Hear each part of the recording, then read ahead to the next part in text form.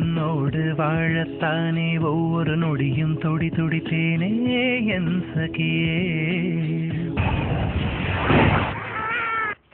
தம்பி கேக்குறதுக்கு நல்லா தான் இருக்கு. நீ நல்லா இருப்ப, நிம்மதியா இருப்ப. ஆனா நாட்டு மக்களுக்கெல்லாம் அதெல்லாம் கிடைக்கவே இல்லையே. உங்களுக்குள்ள என்னடா பிரச்சனை? அது ஒண்ணுங்களேன்னா பிசினஸ்ல ஒரு 500 கோடி தான் லாஸ். அதை எப்படி சரி பண்றதுன்னு நானும் இவனும் தீவிரமா டிஸ்கஸ் பண்ணிக்கிட்டு இருக்கோம். போங்கப்பா, 1000 கோடி ரூபாயை நானே லாஸ் பண்ணிட்டு ஜாலியா இருக்கேன். போய் டியூட்டியை பாருங்கப்பா. அவங்க இல்லாமத்தான் இப்படி இருக்கேன். தாலி என்ன மரத்துல கட்டின ஊஞ்சல் மாதிரியாடா? ஆடுற விடல ஆடிட்டு அவுத்து போடுறதுக்கு. மாங்கல்யம் புனிதமானதுடா. அடுத்த ஜென்மம் இருக்கான்னு தெரியாது, அடுத்தது நம்ம பிறப்போமான்னு தெரியாது. இப்படிப்பட்ட ஒரு நல்ல வாழ்க்கைய நாம ஏன் முடிச்சுக்கணும்?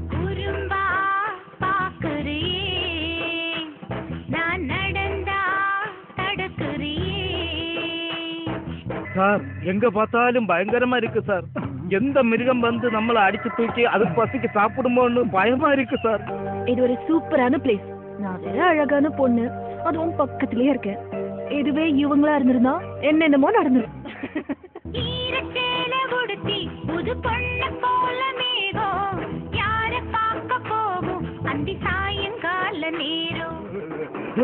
யோ, அந்த வரையும் கழட்டி சொல்றாங்க. ஆட சொல்றா. என்னையா சொல்லல, உயிரோட வர்றான். ஆமாயா, குறும்பா பாக்குறியே, நான் நடந்தா தடுக்குறியே.